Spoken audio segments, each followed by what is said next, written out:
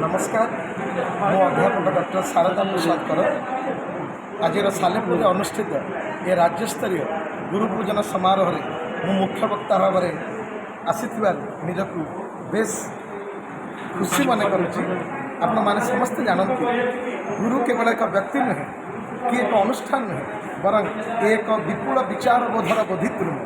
तेणु आज समाज में जितेबले चारिआडे पराजयर प्रहर ग्लानिर गोधूली जितेबले प्रतारणार स्वर से समय समाज को क्रांति एवं शांति देवाक हेले गुरुटीए लोड़ा।